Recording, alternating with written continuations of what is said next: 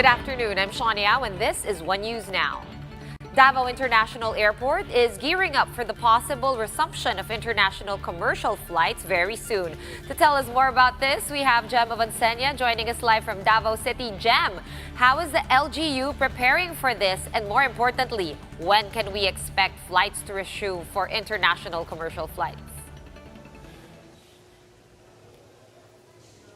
Sean, government officials had a meeting yesterday to discuss the preparation for the resumption of international commercial flights here in Davao International Airport. Davao Airport Manager Rex Obsena said allowing more commercial flights will help them in dealing with a large volume of passengers who wants to travel. In a phone interview, Obsena said that there's a lot of passengers seeking to fly despite having limited flights per day. He expressed hope that more commercial flights will be allowed to add flight schedules soon. Obsena underscored Davao local government's new policy that aims to lessen COVID-19 transmission from passengers flying to the city. Davao City LGU earlier modified their no negative RT-PCR no-fly policy for Davao-bound air passengers. In the previous policy, a passenger must present a negative RT-PCR result issued within 48 hours before their departure date. But after the policy received backlash, Davao City Mayor Sara Duterte revised the policy. Now, if a passenger failed to present a negative RT-PCR result issued within 72 hours before their departure, they must undergo the test and wait process in the airport. They will be tested for COVID-19 and placed in a holding room while waiting for the result, which usually takes up to 24 hours. Obsena said that government officials discussed the expansion of isolation and holding facilities as well as the improvement on health screening protocols. He disclosed that the airport's holding facility for the test and wait process can only accommodate 35 clients. But Obsena said the local government has already identified some facilities that can be an alternative holding area for the passengers. Here's a few statement from Obsena. To discuss the resumption of international commercial air traffic. But nakita naman nila yung mga measures natin. I think they're satisfied with it. But there are some, siguro may mga improvements na sila na ibibigay sa city. I think the resumption might take place as soon as yung mga measures na napag-usapan kahapon will be in order na lahat. Sean, Mayor Duterte also said that she will not be attending the fifth sauna of her father on Monday.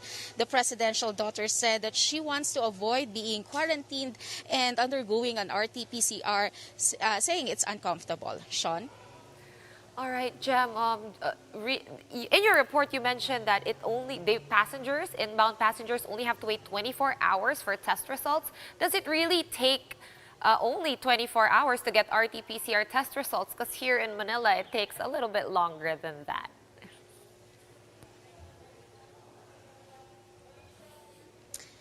Sean, the Davao City LGU identified one laboratory which caters all the passengers or all the arriving passengers here in Davao City, and they are making sure that the RT-PCR test they are doing will be more or ito yung mas mabilis so that the passengers could already get their result as soon as possible and can go home as soon as possible. Sean?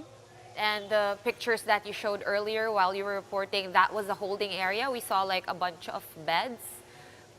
Yeah, that was it. So if in case... Yes, Sean, that's the temporary holding area, yes. Yeah, so what if one passenger then gets the RT-PCR test and it tests positive? Do they then isolate the entire room? How does that work? Sean, according to the Davao City LGU, they are making sure that social distancing and health protocols will be observed here in the holding area in Davao International Airport so that if ever that one passenger could be tested positive for COVID-19, it would be easier for them to do contact tracing and that passenger could be sent to the isolation facility as soon as possible. Sean? All right, thank you for that clarification. Thank you very much for joining us today. Jem Avancenia joining us all the way from Davao City. And here are other stories we're keeping our eyes on. Quezon City Representative Kit Belmonte and human rights lawyers Chel Diokno and Erin Tañada joined the growing number of petitioners against the anti-terror law. They are asking the Supreme Court to annul the entire act for being void and unconstitutional. This is the 12th petition against the controversial statute. Justice Secretary Bernardo Guevara announced that he will meet with the DOJ's team to identify provisions of the Anti-Terrorism Act that need implementing rules and regulations or IRRs. They will also consult with the President's legal team and the Secretariat of the Anti-Terrorism Council regarding the IRR. And the IATF has suspended non-essential travel for Filipinos. Presidential spokesperson Harry Roque explained that only one health and travel insurance firm has agreed to give insurance for non-essential outbound travel. However, those who have booked their flights until July 20 will still be allowed to leave the country. For more updates, follow News 5, The Philippine Star, and Business World online. Visit our website, onenews.ph, for more in-depth analysis. You can also catch One News on the Signal Play app. Register for a free account at www.signalplay.com and stream One News live anytime, anywhere. I'm Sean Yao. We are One News.